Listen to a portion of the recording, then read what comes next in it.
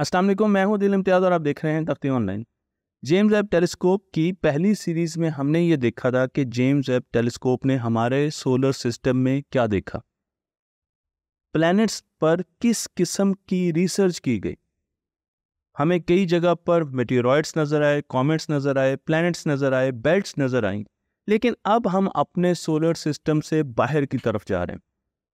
हम करीबी solar systems को देखेंगे, हम सितारों को देखेंगे, हम गैलेक्सीज को देखेंगे, हम रंग बरंगे नेबुला को देखेंगे जो कि गैस और डस्ट के बादल होते हैं, और हम ब्लैक होल्स को भी डिस्कवर करेंगे। जो जो हम सोलर सिस्टम से बाहर निकलेंगे, हमारे पास इतना खूबसूरत डेटा आएगा कि आपको बहुत सी ऐसी थेरीज जो कि हम ज़मीन पर बैठ के पढ़ते थे उनमें भी इम्प्रूवमेंट करनी पड़ेगी, और साइंसदान बिल्कुल यही काम कर रहे हैं। इस सीरीज़ में जो आपको इन्फॉर्मेशन दी जाएगी वो आपको दूसरों से आगे ले जाएगी। आपको स्पेस के बारे में बहुत पता चल जाएगा और आप अप टू डेट हो जाएंगे।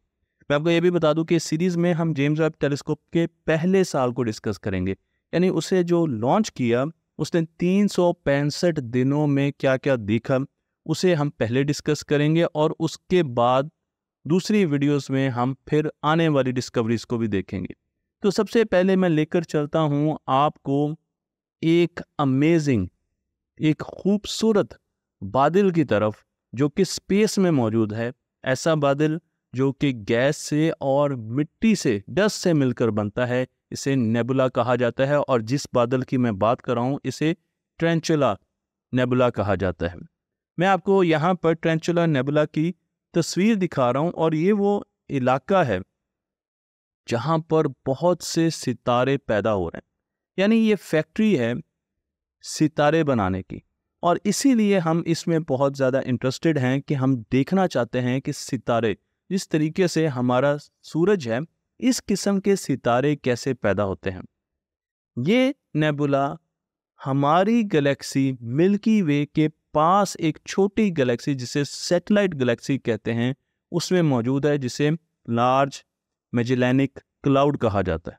मैजेलेनिक क्लाउड हमसे तकरीबन 1 लाख नूरी साल के फासले पर है, और इसके अंदर मौजूद है ट्रेंचुला नेबुला, जिसकी तस्वीर मैं आपको यहाँ पर दिखा रहा हूँ।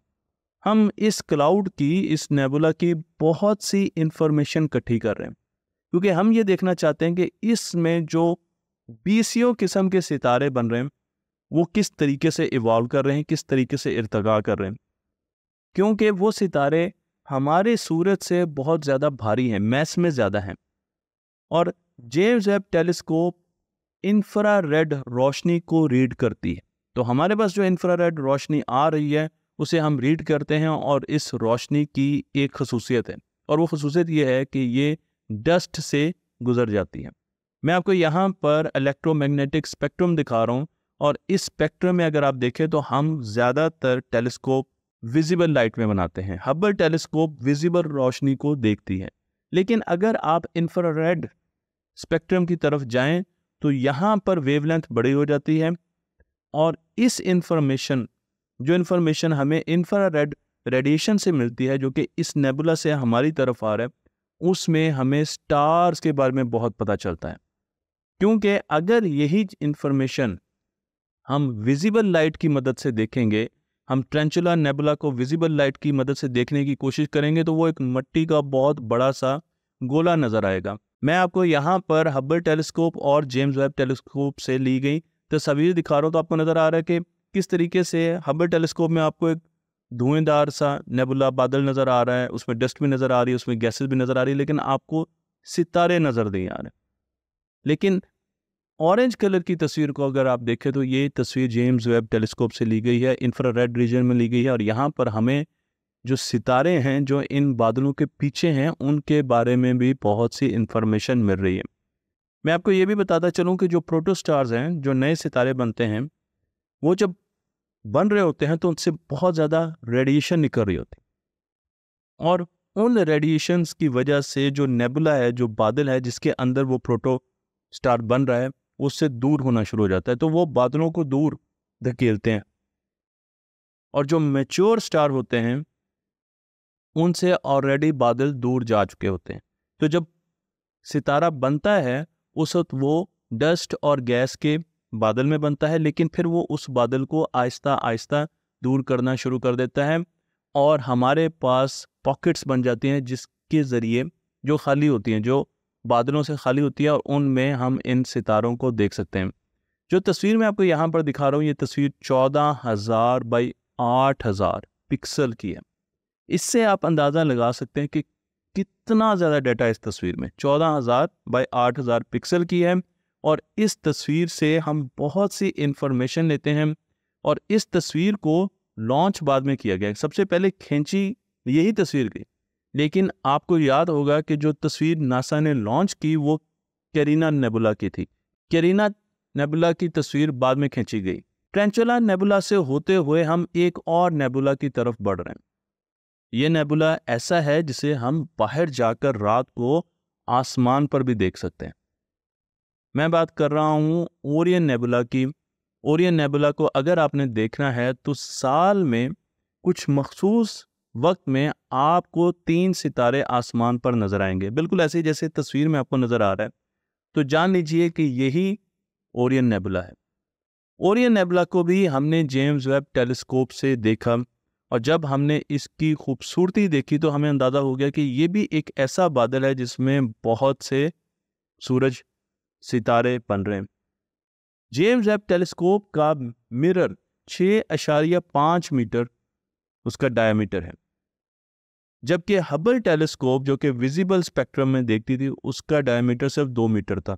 तो कहाँ 2 मीटर का मिरर और कहाँ 6.5 मीटर का मिरर।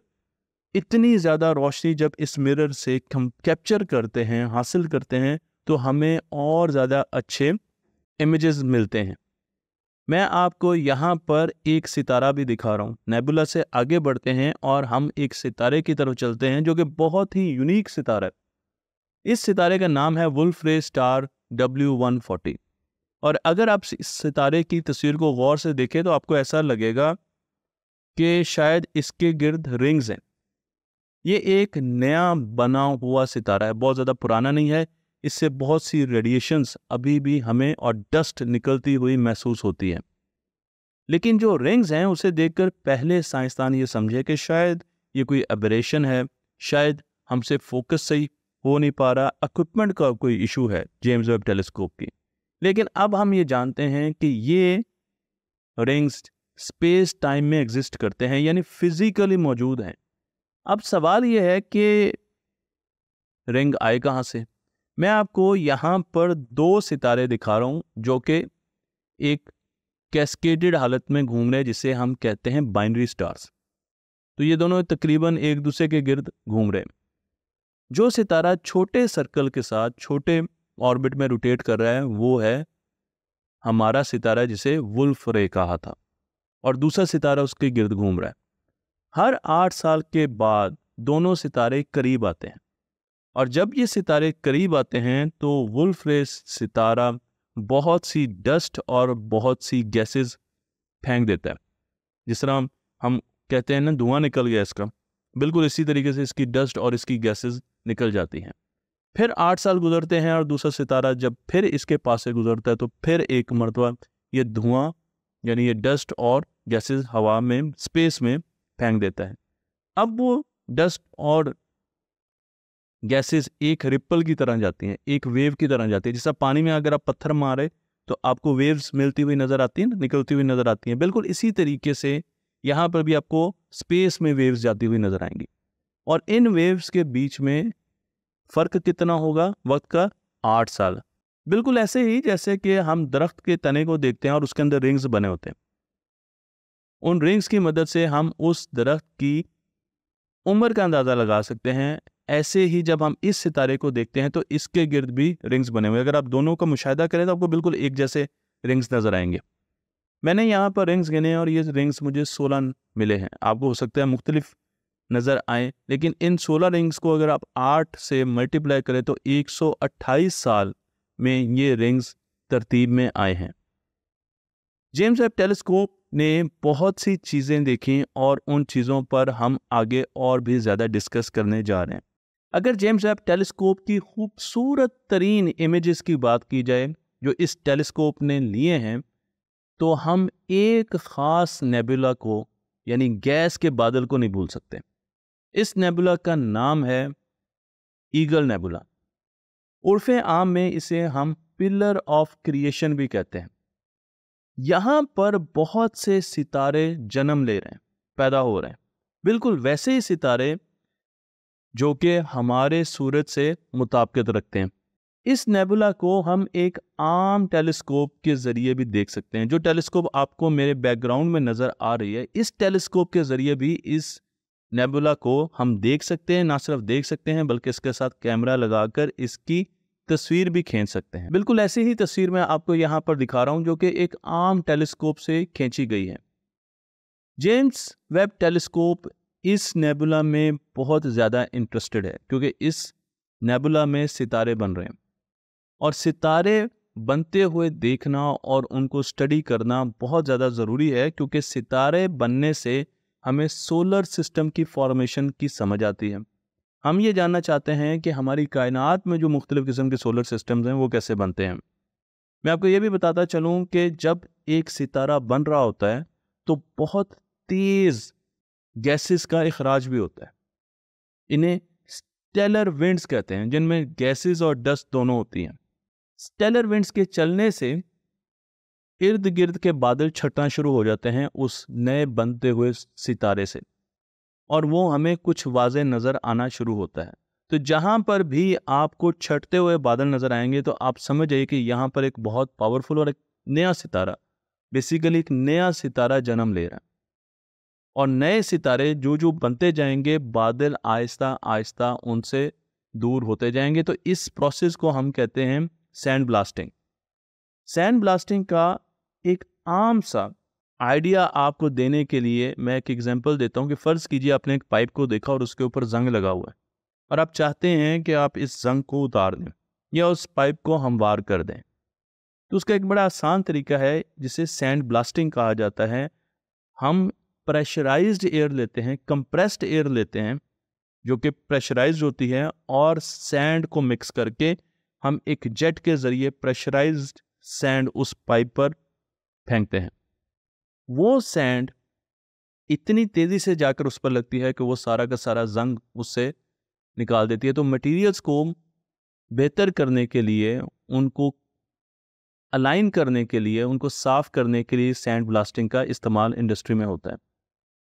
बिल्कुल इसी तरीके से सैंड ब्लास्टिंग का वर्ड यूज़ किया जाता है स्टेलर विंड्स के लिए जो कि अपने इर्द गिर्द से जब वो ब्लास्ट होता है, जब आगे आप देखेंगे भी कि किस तरीके से गैसेस के जेट्स बनते हैं, तो जब वो जेट्स निकलते हैं नए बनते हुए सितारे से तो आपको बादल दूर दूर होते हुए नज़र आते हैं।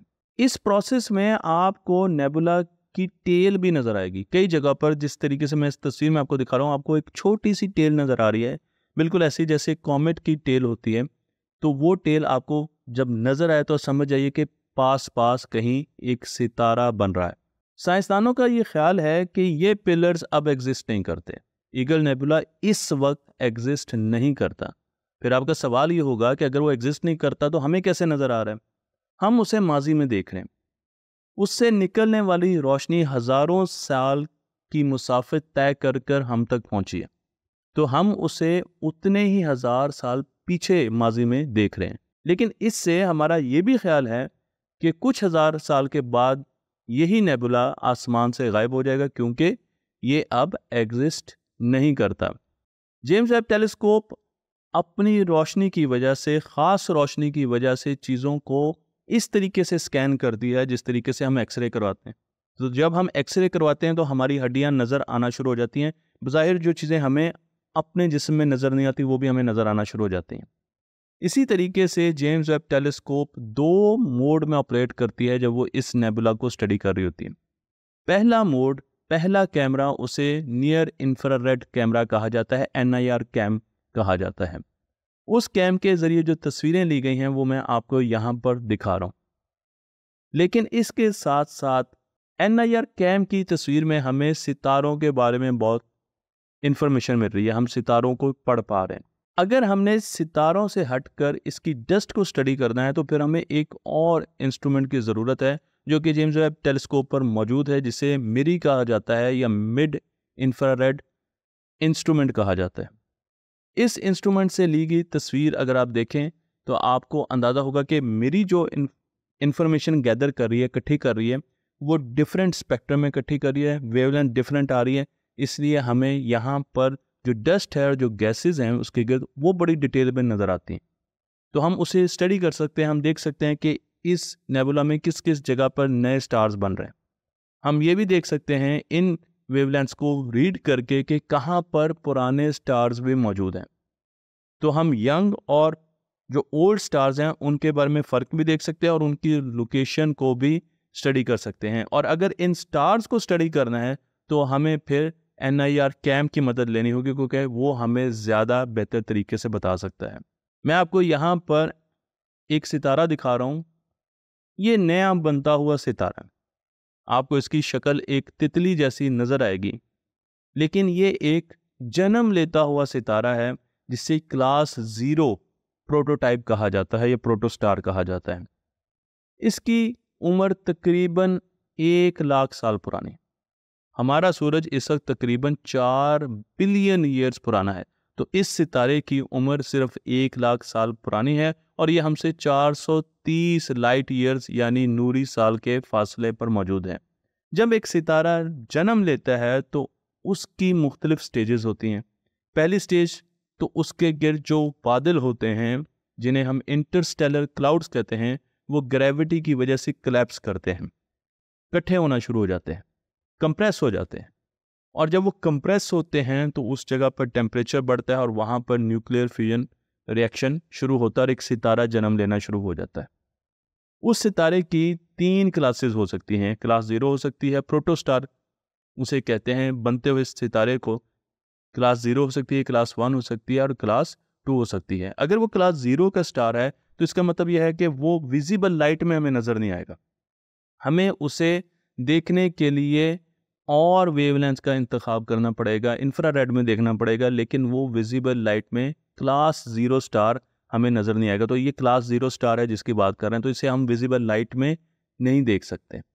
अगर हम क्लास 1 की बात करें तो यहाँ पर ऑप्टिकल जो स्पेक्ट्रम है उसमें हल्का हल्का ये स्टार आपको नज़र आना शुरू हो जाता है। आप यहाँ पर स्टार्स देख भी रहे हैं तो आपको नज़र भी आ रहा है कि किस तरीके से क्लास 0 स्टार में कोलैप्स हो रहा है क्लाउड। उसके बाद आपके पास क्लास 1 स्टार बनता है जिसके अंदर आपको एक ऑरेंज कलर की एक्रीडेशन डिस्क नज़र आ रही है साइड पर, जिससे हम डिस्कस करेंगे, और आपको 2 जेट्स निकलते हुए नज़र आ रहे हैं। ये जो जेट्स हैं ये पोल से निकलते हैं, दोनों पोल से जेट्स निकलते हैं और इनके अंदर जो सैंड ब्लास्टिंग की बात की है, बहुत high temperature high pressure gases होती हैं और डस्ट होती हैं। और जो आपको हॉरिजेंटली ऑरेंज कलर की एक डिस्क नज़र आ रही है, इसे एक्रीशन डिस्क कहा जाता है।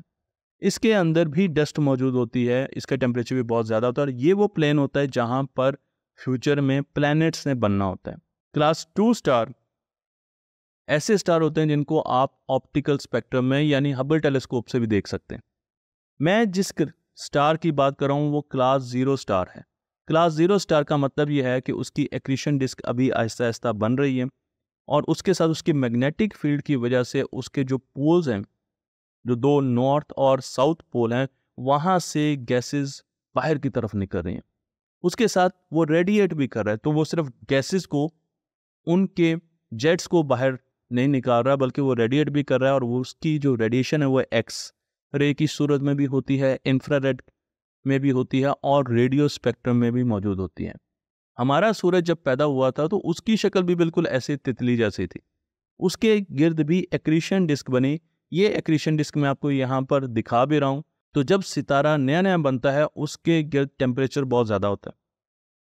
वहाँ पर मौजूद जो मेटल्स होती हैं वो उस टेम्परेचर को बर्दाश्त कर लेती हैं और वो आपस में जुड़ना शुरू हो जाती हैं और प्लैनेट्स वगैरह बनाना शुरू हो जाती हैं। लेकिन जो गैसेस हैं वो सितारे के करीब प्लैनेट्स नहीं बना सकते, इसीलिए गैसेस ठंडे इलाके में जाकर आपस में इकट्ठी होती हैं और गैस जाइंट्स बनाती हैं, जिस तरीके से सैटर्न है, जिस तरीके से जुपिटर है।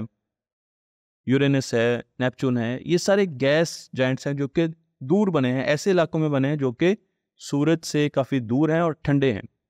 अगर आप रॉकी प्लैनेट्स की तरफ देखें तो वो ऐसे इलाकों में बने हैं जो कि सूरज के करीब हैं। वीनस हो गया, ज़मीन होगी, मार्स हो गया, मरकरी हो गया, ये वो जगह हैं जहाँ पर मेटल्स और डस्ट इन्होंने आपस में मिलकर प्लैनेट्स बनाए। तो हम ये समझते थे कि रॉकी प्लैनेट्स हमेशा सूरज के करीब बनते हैं और गैस जाइंट्स हमेशा सूरज से दूर बनते हैं। लेकिन फिर जेम्स वेब टेलीस्कोप ने एक ऐसा प्लैनेट दरियाफ्त किया जिसे वास्प 96b कहते हैं। ये एक गैस जाइंट है, इसका टेम्परेचर बहुत ज़्यादा है, इसलिए इसे हॉट जुपिटर भी कहा जाता है। साइज में ही उससे ज़्यादा है, 5400 डिग्री सेल्सियस इसका टेम्परेचर है, जिस पर लोहा भी पिघल जाता है। लेकिन ये प्लैनेट अपने सितारे के बहुत करीब है। अब हमारे लिए ये बड़ी एक नई बात थी, क्योंकि हमारी थ्योरी तो ये कहती थी कि रॉकी प्लैनेट्स इस तरीके से बनते हैं और गैस जाइंट्स। तो अब हमें अंदाज़ा हुआ है कि हमारी गैलेक्सी में बहुत से ऐसे सितारे जिनके गिर्द गैस जाइंट्स घूम रहे हैं। हमने सोलर सिस्टम्स के मुख्तलिफ प्रोटोटाइप, मुख्तलिफ स्ट्रक्चर बनाए सॉफ्टवेयर के ज़रिए कि सोलर सिस्टम इस तरीके के हो सकते हैं। उन सोलर सिस्टम के प्रोटोटाइप्स को जेम्स वेब टेलीस्कोप से ऑब्जर्वेशन लेकर मुशाहिदा करके देख रहे हैं कि हमें किस किस किस्म के प्रोटोटाइप्स स्पेस में नज़र आ रहे हैं। तो ना सिर्फ हम पैदा होते हुए सोलर सिस्टम्स को देख के अपने सोलर सिस्टम के माजी के बारे में जानने की कोशिश कर रहे हैं, बल्कि साथ साथ हम ये भी देख रहे हैं कि सोलर सिस्टम की कौन से स्ट्रक्चर्स हैं जो कि हमें कायनात में स्टेबल नज़र आते हैं और कौन से ऐसे स्ट्रक्चर हैं जो हमने कंप्यूटर सिमुलेशंस में तो बनाए लेकिन वो हमें नज़र नहीं आते। तो जेम्स वेब टेलीस्कोप ना सिर्फ हमारी थ्योरीज को बेहतर कर रहा है, बल्कि साइंस को भी बेहतरी की तरफ लेकर जा रहा है। जेम्स वेब टेलीस्कोप के सफ़र पर हम इस वक्त जा रहे हैं एक गैलेक्सी की तरफ। मैं आपको एक गैलेक्सी की तस्वीर दिखा रहा हूँ और इस गैलेक्सी का नाम है M74 NGC 628। James Webb telescope ने बहुत सी गैलेक्सीज का मुताला किया, लेकिन इस गैलेक्सी की खूबसूरती दिखाने के लिए मैं आपको ये इमेजेस दिखा रहा हूँ। आप देख सकते हैं कि किस तरीके से इंफ्रारेड स्पेक्ट्रम में ली गई इंफॉर्मेशन इस गैलेक्सी को मुनफरद बना रही है। इस गैलेक्सी को अगर गौर से देखा जाए तो ऐसा लगता है कि डार्क पर्पल कलर किसी हॉरर मूवी का बैकग्राउंड पेश कर रहा है। ये इमेज मिड इंफ्रारेड इंस्ट्रूमेंट से लिया गया है। इसका मतलब ये है कि जेम्स वेब टेलीस्कोप में इंफ्रारेड स्पेक्ट्रम कैप्चर करने की, हासिल करने की सलाहियत है और इंफ्रारेड रेंज में ही हमने इस गैलेक्सी को देखा। तो ये विजिबल स्पेक्ट्रम में नहीं है जिस तरीके से हमें आम गैलेक्सीज हबल टेलीस्कोप के ज़रिए नज़र आती हैं, बल्कि ये एक ख़ास स्पेक्ट्रम में ली गई हैं जिसे इंफ्रारेड कहा जाता है। इस गैलेक्सी के इस इमेज को प्रोसेस किया है, इसको निखारा है, इसको बेहतर किया है एक इमेज प्रोसेसर ने जिनका नाम है जोडी श्मिट। मुस्तकबिल में ये काम आर्टिफिशियल इंटेलिजेंस करेगी और वो हमें इससे भी ज़्यादा खूबसूरत इमेजेस बना कर देगी। तो आपको इस वक्त एक गैलेक्सी का ओरिजिनल इमेज नज़र आ रहा है।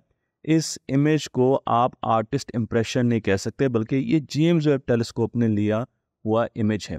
मैं आपको ये भी बताता चलूँ कि ये गैलेक्सी तकरीबन 100 बिलियन स्टार्स रखती है। हमारी गैलेक्सी से छोटी है, 100 बिलियन स्टार्स रखती है और एक स्पाइरल गैलेक्सी है।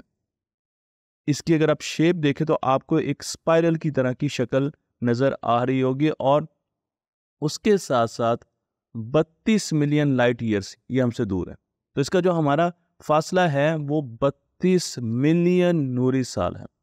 और जब प्रोसेसिंग के बाद इसको कलर्स दिए गए तो उन कलर से हमें अंदाज़ा हुआ कि हम उन इलाकों को बड़े अच्छे तरीके से जान सकते हैं, देख सकते हैं जहां पर सितारे बनाने वाली फैक्ट्रियां लगी हुई हैं। जी हाँ, बिल्कुल। अगर आप इस गैलेक्सी की लड़ियों को देखें, इसके गैलेक्टिक आर्म्स को देखें, क्योंकि ये एक स्पाइरल गैलेक्सी है तो इसके आप गैलेक्टिक आर्म्स को देखें, लड़ियों को देखें, तो वो आपको बहुत ज़्यादा रोशन नज़र आएंगे, क्योंकि ये लड़ियाँ, ये गैलेक्टिक आर्म्स रखती हैं अपने पास बहुत ज़्यादा डस्ट और बहुत ज़्यादा गैसेस। और डस्ट और गैसेस की वजह से ग्रेविटी के अंदर स्टार्स बनना शुरू हो जाते हैं। तो स्टार बनाने वाली फैक्ट्रियां हैं, जहां पर आपको ज़्यादा रोशनी नज़र आ रही है वहां पर ज़्यादा सितारे बन रहे हैं, और जहां पर आपको कम रोशनी नज़र आ रही है वहां पर सितारे बनाने वाली फैक्ट्रियां या एक्टिविटी इतनी ज़्यादा नहीं है। बिल्कुल वैसे ही जैसे कि हम रात को ज़मीन की तस्वीर किसी सैटेलाइट से खींचें, तो जब ज़मीन की तस्वीर सैटेलाइट से खींची जाती है, रोशनियों की इंटेंसिटी और डेंसिटी से हमें पता चल जाता है कि इस वक्त हम किसी शहर को देख रहे हैं या किसी देहाती इलाके को देख रहे हैं। मैं आपको यहाँ पर एक मैप दिखा रहा हूँ, और इस मैप से आप बखूबी अंदाज़ा लगा सकते हैं कि जहाँ जहाँ रोशनियाँ ज़्यादा हैं वहाँ वहाँ आपका भी यही ख्याल होगा कि शहर आबाद है। बिल्कुल इसी मैप की तरह जब हम एक गैलेक्सी के मैप को इंफ्रारेड स्पेक्ट्रम में देखते हैं, ये स्पेक्ट्रम, ये जो इमेज मैं आपको ज़मीन का दिखा रहा हूँ ये विजिबल लाइट में है, लेकिन गैलेक्सी के इमेज को हम इंफ्रारेड स्पेक्ट्रम में देखते हैं, तो वहाँ पर जो रोशनी हमें नज़र आती है वो जगह है जहाँ पर सितारे बन रहे हैं। कुदरत ने हमें बहुत सी आसानियाँ दी हैं कुदरत को ही जांचने के लिए। हमें ऐसी ही एक आसानी के बारे में अभी पता चला कि कुदरत अपने अंदर महफूज चीज़ों को बड़ा करके हमें दिखाती है। जी हाँ, बिल्कुल, कुदरत में, नेचर में बहुत से ऐसे सेलेस्टियल ऑब्जेक्ट्स हैं जो कि मिरर्स के तौर पर, जो कि बड़े लेंसेज के तौर पर चीज़ों को बड़ा करके हमें दिखा सकते हैं, और ये चीज़ें याद रखिएगा माजी में एग्जिस्ट करती हैं। मैं आपको यहाँ पर एक फिनोमिना की तरफ लेकर जाऊँगा जिसे हम ग्रेविटेशनल लेंसिंग कहते हैं। जेम्स वेब टेलीस्कोप ने ग्रेविटेशनल लेंसिंग को न सिर्फ साबित किया बल्कि उससे फ़ायदा भी उठाया। फ़र्ज़ कीजिए कि आप एक दूर दराज की गैलेक्सी को देखना चाहते हैं। ये गैलेक्सी माजी में है। मैं बारहा बता चुका हूँ कि जब हम स्पेस में दूर देखते हैं तो इसका मतलब यह है कि हम टाइम में पीछे देख रहे हैं। तो ये गैलेक्सी माजी में है और आपको यहाँ पर नज़र आ रही है। इसकी रोशनी हम तक नहीं पहुँच सकती, इतनी दूर है ये हमसे। अब अगर इसकी रोशनी, इससे विजिबल लाइट हो, इंफ्रारेड लाइट हो, हम तक नहीं पहुँच सकती, तो हम इसे देखेंगे कैसे? हम जितनी मर्जी टेलीस्कोप ज़मीन पर लगाते रहें या स्पेस में भेजते रहें, हम इसे नहीं देख सकते। लेकिन यहाँ पर मदद करती है नेचर। उसकी वजह यह है कि गैलेक्सीज में और बड़े बड़े मैसिव ऑब्जेक्ट्स में, वो ऑब्जेक्ट जो कि मैस रखते हैं, वो कोई ब्लैक होल भी हो सकता है, वो गैलेक्सीज भी हो सकती हैं, वो डार्क मैटर भी हो सकता है, वो हल्की रोशनी की इंटेंसिटी को बढ़ा देती हैं। तो आपके पास रोशनी आ रही है गैलेक्सी से और वो आहिस्ता आहिस्ता कमज़ोर होती जा रही है, लेकिन बीच में एक बहुत बड़ी गैलेक्सी है। उस गैलेक्सी की वजह से वो एक तो उस रोशनी को बढ़ाएगी और दूसरा वो उसे बेंड कर देगी, और अब हमारे पास वो रोशनी ज़्यादा इंटेंसिटी के साथ अच्छा इमेज लेकर आएगी। अगर आप देखेंगे तो आपको यह एहसास होगा कि बीच में वो गैलेक्सी है, वो ऑब्जेक्ट है जो आगे है, और उससे पीछे जो ऑब्जेक्ट जिसे हम देखने की कोशिश कर रहे हैं, जो यहाँ पर आपको रेड कलर से दिखाया गया है, उसके आपको मल्टीपल इमेजेस नज़र आएंगे। इस पूरे प्रोसेस को हम ग्रेविटेशनल लेंसिंग कहते हैं, और ग्रेविटेशनल लेंसिंग के ज़रिए हमने जेम्स वेब टेलीस्कोप की मदद से बहुत ज़्यादा माजी के सेलेस्टियल ऑब्जेक्ट्स को डिस्कवर किया। मैं आपको यहाँ पर दिखा रहा हूँ कि किस तरीके से जेम्स वेब टेलीस्कोप ने ग्रेविटेशनल लेंसिंग के मदद से सुपरनोवा टाइप 1 तक को देखा। ये ऐसे सुपरनोवा होते हैं जो कि एक छोटे सफ़ेद रंग के सितारे के फटने से वजूद में आते हैं। इसे वाइट ड्वार्फ स्टार कहते हैं, जो कि एक बाइनरी सिस्टम में मूव कर रहा होता है। उसका जो थर्मोन्यूक्लियर एक्सप्लोजन होता है उसे टाइप 1 सुपरनोवा कहते हैं। तो सितारों के फटने के अमल को सुपरनोवा कहा जाता है, और उसकी बहुत सी इकसाम होती हैं जो कि मैं आपको यहाँ पर दिखा रहा हूँ। जेम्स वेब टेलीस्कोप ने सुपरनोवा को ना सिर्फ ऑब्जर्व किया बल्कि अब हम उसे स्टडी भी कर रहे हैं, और उसे स्टडी करने से हमें यह फ़ायदा होगा कि हम देख सकेंगे कि सितारे मरते कैसे हैं। इस सुपरनोवा तक पहुंचने के लिए ग्रेविटेशनल लेंसिंग ने हमें बहुत ज़्यादा मदद दी। मैं आपको ये भी बता दूं कि हमारे पास इस सुपरनोवा के मल्टीपल वर्जन आए, जिस तरीके से हमने अभी गैलेक्सी में देखे। तो जब हमने टाइप 1A सुपरनोवा देखा, जिसे बढ़ा रही थी एक आगे गैलेक्सी का क्लस्टर जो कि लेंस के तौर पर इस्तेमाल किया जा रहा था, तो उसे हबल टेलीस्कोप के स्पेक्ट्रम में भी देखा गया यानी विजिबल लाइट में, और उसे जेम्स वेब टेलीस्कोप के स्पेक्ट्रम में यानी इंफ्रारेड में देखा गया, और उस पर रिसर्च की जा रही है। मैं आपको ये सारी की सारी तस्वीर भी यहाँ पर दिखा रहा हूँ ताकि आपको पता चले कि ये तस्वीर आर्टिस्ट इम्प्रेशन नहीं है। हम अमूमन समझते हैं कि स्पेस से जो भी तस्वीर आती है, जो भी दिखाई जाती है, वो आर्टिस्ट इम्प्रेशन होता है, लेकिन ये तस्वीर हबल टेलीस्कोप से ली गई हैं और उसके बाद उसको प्रोसेस किया गया है। ग्रेविटेशनल लेंसिंग कितनी मैग्निफिकेशन कर सकती है, अब आपके हैरान होने की बारी है, क्योंकि ग्रेविटेशनल लेंसिंग एक इमेज को थाउजेंड्स ऑफ टाइम, हजारों गुना बेहतर कर सकती है। तो अगर हमें एक ऐसी टेलीस्कोप बनानी पड़े जो कि हजारों गुना ज़्यादा पावरफुल हो जेम्स वेब टेलीस्कोप से, तो कितना ज़्यादा पैसा चाहिए, कितनी ज़्यादा टेक्नोलॉजी चाहिए, कितने ज़्यादा रिसोर्सेज चाहिए। लेकिन ये काम डार्क मैटर कर रहा है, ये काम गैलेक्सीज कर रही हैं, ये काम ब्लैक होल्स कर रहे हैं, और हमारे लिए बड़े बड़े इमेजेस प्रोड्यूस कर रहे हैं। चलते हैं हम एक सितारे की तरफ। उसकी तस्वीर जब खींची गई तो उससे हमें 6 किरणें निकलती हुई नजर आई। जब हम हबल टेलीस्कोप से इसी सितारे की तस्वीर खींचते हैं तो हमें 6 किरणें नजर नहीं आती।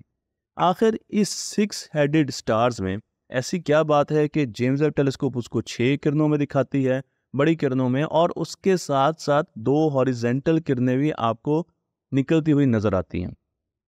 मैं आपको इसके पीछे जो साइंस है उसके बारे में मुतला करने जा रहा हूं। आप देखिए कि अगर इसी सितारे की तस्वीर हम एक गोल ग्लास से, मिरर से लेते, तो हमारे पास बिल्कुल एक सर्कुलर स्टार आता है जिस तरीके से हम अमूमन देखते हैं। लेकिन अगर इस टेलीस्कोप के इस सर्कल को हम चेंज कर दें, तो अब डिफ्रैक्शन की वजह से जो मिरर हमने चेंज किया है, डिफ्रैक्शन की वजह से हमें 6 लाइंस नजर आना शुरू हो जाएंगी। अच्छा, अगर उसको हेक्सागोनल बाउंड्री दे दें तो अब हमें बीच में मुख्तलिफ किस्म की टाइल्स नजर आना शुरू हो जाएंगी। अगर मैं छोटे छोटे हेक्सागोनल सेल्स बना दूं तो अब वो टाइल्स आपको ज़्यादा वाज़ेह होती नजर आएंगी। लेकिन उसके साथ साथ जब हम सेकेंडरी इमेज लगाते हैं, जिसके साथ हम स्ट्रट्स लगाते हैं, 3 स्ट्रिंग लगाते हैं, आपने देखा होगा, आगे भी आपको तस्वीर दिखाऊंगा, तो उसकी वजह से वो जो ब्लैक कलर के 3 स्ट्रिंग्स आपको नजर आ रहे हैं, हमें हॉरिजेंटल लाइंस भी नजर आना शुरू हो जाती है। ये सिर्फ स्ट्रट्स की वजह से जो लाइन आती है, जो लाइट आती है, वो डिफ्रैक्ट होती है। तो ये सारा का सारा डिफ्रैक्शन की वजह से हो रहा है। आप जिस तरीके से सैटेलाइट के डिज़ाइन को आप जिस तरीके से टेलीस्कोप के डिज़ाइन को चेंज करेंगे, उसी तरीके से आपको इमेजेस भी चेंज होते हुए नजर आएंगे। मैं आपको यहाँ पर होल्डिंग स्ट्रट्स दिखा रहा हूँ जो कि स्ट्रिंग्स हैं 3, और वो 3 स्ट्रिंग्स आपको सेकेंडरी मिरर को थामे हुए नजर आ रहे हैं। चलते हैं एक और इमेज की तरफ जिसने जेम्स वेब टेलीस्कोप के साथ बिल्कुल वही असर किया। जब हम एक तेज रोशनी को अचानक देखते हैं तो हमारी आंखें चुंधिया जाती हैं। बिल्कुल ऐसे ही इस ऑब्जेक्ट, जिसे ERP-220 कहा जाता है, एक सिंगल ऑब्जेक्ट के तौर पर इसे अगर देखा जाए तो इतनी ज़्यादा इंफ्रारेड में रोशनी है इसकी कि जिसकी वजह से जेम्स वेब टेलीस्कोप भी ओवरवेल्म्ड होगी। यानी वो आंखें बेचारी बंद तो नहीं कर सकती, लेकिन उसकी आंखें चुंधिया गई। और उसकी वजह यह है कि ये जो बॉडी आपको नज़र आ रही है, सेलेस्टियल बॉडी नज़र आ रही है, ये 2 गैलेक्सीज का जोड़ हो रहा है, मर्ज हो रही हैं 2 गैलेक्सीज। और जब 2 बड़ी गैलेक्सीज आपस में मर्ज होती हैं तो आपको इस तरीके से एक बहुत रोशन इंफ्रारेड रोशनी में एक बहुत ज़्यादा रोशन ऑब्जेक्ट नज़र आता है। अगर आप देखें तो इसमें भी आपको 6 किरणें निकलती हुई नज़र आ रही हैं, क्योंकि हम जेम्स वेब टेलीस्कोप के ज़रिए इसको देख रहे हैं। इसी रीजन को अगर हम हबल टेलीस्कोप के ज़रिए देखें तो हमें बड़ा आम सा एक सेलेस्टियल ऑब्जेक्ट नज़र आएगा। यहाँ पर बहुत ज़्यादा रोशनी नहीं है। लेकिन अगर हम विजिबल लाइट को छोड़ के, क्योंकि हबल टेलीस्कोप विजिबल लाइट में देखते हैं, इंफ्रारेड में जाएंगे तो वहाँ पर ये एक हिस्सा हमारे सितारे से ट्रिलियंस ऑफ टाइम्स ज़्यादा रोशन है। ट्रिलियंस ऑफ टाइम्स इंफ्रारेड रोशनी में ये ज़्यादा रोशन है। इसकी वजह से हमारी टेलीस्कोप की आंखें चुंधिया जाती हैं। हमारी टेलीस्कोप ने बहुत सी गैलेक्सीज़ को, मल्टीपल गैलेक्सीज़ को देखा जो कि आपस में मर्ज कर रही हैं। हमने भी गैलेक्सी के मर्जर की मुख्तलिफ थेरीज बनाई हुई हैं और हम ये समझते हैं कि जब दो बड़ी गैलेक्सीज आपस में मर्ज होती हैं तो वो एलिप्टिकल गैलेक्सीज बनाती हैं। जिस तरीके से M87 की बात की जाए, जिसका ब्लैक होल रिसेंटली हमने देखा है, ऐसा ही मर्जर आपको यहाँ पर दिखाया जा रहा है, जहाँ दो डॉर्फ, दो छोटी गैलेक्सीज आपस में मर्ज हो रही हैं और एक बड़ी गैलेक्सी को जन्म दे रही हैं। इस सिमुलेशन में आपको नजर आएगा, अब ये सिमुलेशन है, इस सिमुलेशन में आपको नजर आएगा कि जैसे जैसे हमने जेम्स वेब टेलीस्कोप में मर्जर देखे, वो बिल्कुल इस सिमुलेशन के साथ मैच करते हैं। आखिर में हम चलते हैं 1 साल। जेम्स वेब टेलीस्कोप को जब 1 साल हो गया तो नासा ने एक picture of the year release की। यहाँ पर आपको एक बादल नजर आ रहा है जो कि गैस और डस्ट से मिलकर बड़ा कलरफुल सा बादल है, नेबुला है, आपको मिल रहा है। इसका नाम है रो ऑफिशी। रो ऑफिशी क्लाउड, मैं पहले भी इसका जिक्र कर चुका हूँ। ये तकरीबन हमारी गैलेक्सी के एज पर है, हमारी मिल्की वे गैलेक्सी के एज पर है और हमारी ज़मीन से 400 लाइट ईयर्स के फासले पर है। यहाँ पर बहुत से सितारे बन रहे हैं और इन सितारों में छोटे छोटे सितारे ज़्यादा हैं, बूढ़े सितारे भी बहुत ज़्यादा हैं, जिस तरीके से रेड डॉर्फ जो कि आपको कलर में भी यहाँ पर नज़र आ रहे हैं। लेकिन साथ साथ यहाँ पर हमारे सूरज के बराबर एक सितारा है जो कि ओवरऑल इस क्लाउड में आपको बहुत ज़्यादा प्रोमिनेंट नज़र आएगा। ये क्लाउड बहुत ज़्यादा खूबसूरत है, इसी वजह से इसकी तस्वीर को रिलीज़ किया गया। लेकिन अगर आप हबल टेलीस्कोप से इसे देखें तो ये इतना खूबसूरत शायद आपको नहीं नज़र आएगा। अगर आप गिलगित बल्तिस्तान में रहते हैं या पहाड़ी इलाकों में रहते हैं और गर्मियों के दिनों में आप आसमान पर देखें या छोटी सी बाइनोकुलर कैमरा या दूरबीन ले लें तो आप आराम से इसे देख सकते हैं, इसे व्यू कर सकते हैं। मुझे उम्मीद है कि इस पूरी सीरीज़ में ये हिस्सा आपको पसंद आया होगा। आप हमारे चैनल को YouTube पर ज़रूर लाइक कीजिए, तख्तियाँ ऑनलाइन को, और साथ साथ इस इल्म को दूसरों तक पहुँचाते रहिए।